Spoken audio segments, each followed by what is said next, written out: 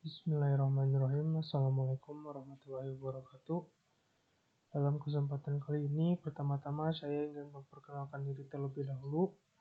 Nama saya Muhammad Riko Adityo, jurusan Ilmu Komunikasi semester 4. Pada kesempatan kali ini saya ingin sedikit menjelaskan tentang tugas akhir semester 4 mata kuliah Etika Komunikasi yang diberikan oleh dosen kami, yaitu Bapak Ahmad Zakiyuddin SIP MIKOM dengan Bapak Ahmad Nada SOS MIKOM. Sebelum melanjutkannya, tugas ini ditujukan untuk memenuhi nilai dari tugas akhir semester 4 ini. Di sini saya akan menjelaskan tentang etika komunikasi massa. Pengertiannya menurut Al-Sul, etika merupakan sebuah studi berbagai bentuk nilai-nilai moral dan prinsip-prinsip benar atau salah. Lalu menurut Ronald Reich, etika adalah cabang dari filsafat yang berkaitan dengan perilaku moral atau seperangkat prinsip-prinsip atau kode etik moral. Lalu menurut filsafat, etika adalah telaah dan penilaian kelakuan manusia ditinjau dari kesusilaan. Kesusilaan yang baik merupakan ukuran kesusilaan atau kumpulan keharusan, kewajiban yang dibutuhkan oleh masyarakat atau golongan masyarakat tertentu. Lalu kesimpulannya yaitu pola perilaku atau kebiasaan yang baik dan dapat diterima oleh lingkungan pergaulan seseorang atau suatu organisasi tertentu. Lalu di sini ada cakupan-cakupan dari etika komunikasi massa. Yang pertama ada etika jurnalistik. Etika jurnalistik merupakan bagian dari etika komunikasi massa. Konsep awal etika jurnalistik adalah untuk melayani kemanusiaan dibandingkan mencapai tujuan jurnalis sendiri. Yang dimaksud dengan etika jurnalistik adalah cabang filsafat yang membantu para jurnalis untuk menentukan bahwa apa yang dilakukannya adalah benar dan memberikan standar bagi para jurnalis di mana ia dapat menilai berbagai tindakan adalah benar atau salah, baik atau buruk, bertanggung jawab atau tidak bertanggung jawab. Lalu ada etika media. Media massa diatur dengan hukum dan sebuah sistematika.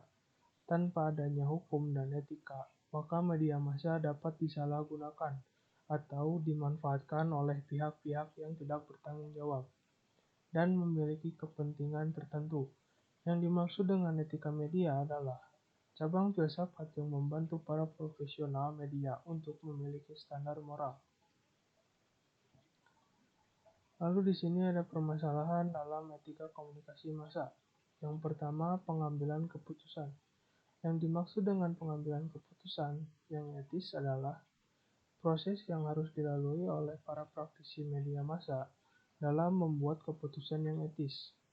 Kode etik wartawan telah menyuguhkan pedoman yang jelas bagi para praktisi media massa ketika mereka dihadapkan dengan dilema etis. Para ahli berpendapat bahwa terdapat dua hal yang dibutuhkan oleh para praktisi media massa untuk membuat keputusan yang baik, yaitu yang pertama ada pemahaman yang baik tentang etika dan konsep serta proses pengambilan keputusan yang etis. Dan yang kedua ada seperangkat aturan untuk membuat keputusan. Lalu ada dilema. Yang dimaksud dengan dilema etis adalah sebuah situasi di mana seseorang individu atau sebuah organisasi media berita harus memiliki antara dua atau lebih akibat tindakan yang masing-masing menyajikan konflik dalam nilai dan atau tidak ada kesepakatan mengenai proses atau hasil yang diinginkan bersifat etis. Di sini ada prinsip-prinsip etika. Yang pertama ada prinsip keindahan. Prinsip ini mendasari segala sesuatu yang mencakup penikmatan rasa senang terhadap keindahan. Berdasarkan prinsip ini, manusia memperhatikan nilai-nilai keindahan dan ingin menampakkan sesuatu yang indah dalam perilakunya, misalnya dalam berpakaian, penataan ruang, dan sebagainya, sehingga membuatnya lebih bersemangat untuk bekerja. Lalu ada prinsip persamaan. Setiap manusia pada hakikatnya memiliki hak dan tanggung jawab yang sama, sehingga muncul tuntutan terhadap persamaan hak antara laki-laki dan perempuan, persamaan ras, serta persamaan dalam berbagai bidang lainnya. Prinsip ini melandasi perilaku yang tidak diskriminatif atas dasar apapun. Lalu ada prinsip kebaikan. Prinsip ini mendasari perilaku individu untuk selalu berupaya berbuat kebaikan dalam berinteraksi dengan lingkungannya. Prinsip ini biasanya berkenaan dengan nilai-nilai kemanusiaan seperti hormat menghormati, kasih sayang, membantu orang tua, dan sebagainya. Manusia pada hakikatnya selalu ingin berbuat baik, karena dengan berbuat baik, dia akan dapat diterima oleh lingkungannya.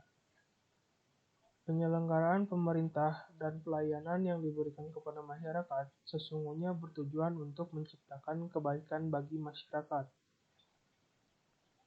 Lalu ada prinsip kebebasan, sebagai keleluasaan individu untuk bertindak atau tidak bertindak sesuai dengan pilihannya sendiri. Dalam prinsip ini, kehidupan dan hak asasi manusia, setiap manusia mempunyai hak untuk melakukan sesuatu sesuai dengan kehendaknya sendiri, sepanjang tidak merugikan atau mengganggu hak-hak orang lain.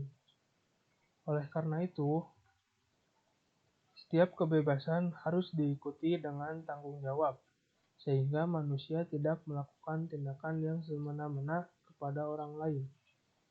Untuk itu, kebebasan individu di sini diartikan sebagai yang pertama, kemampuan untuk berbuat sesuatu atau menentukan pilihan.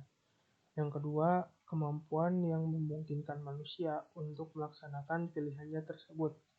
Dan yang terakhir, yang ketiga, kemampuan untuk mempertanggungjawabkan perbuatannya. Di sini ada manfaat untuk mempelajari etika komunikasi massa.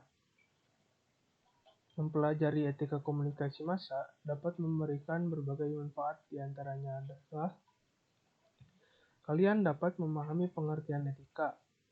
Lalu, kalian juga dapat memahami pengertian etika massa. Yang ketiga, memahami cakupan etika komunikasi massa. Yang keempat, memahami kaitan antara pengambilan keputusan dan etika komunikasi massa. Dan yang terakhir, yang kelima, kalian dapat memahami kaitan antara dilema dalam etika komunikasi massa.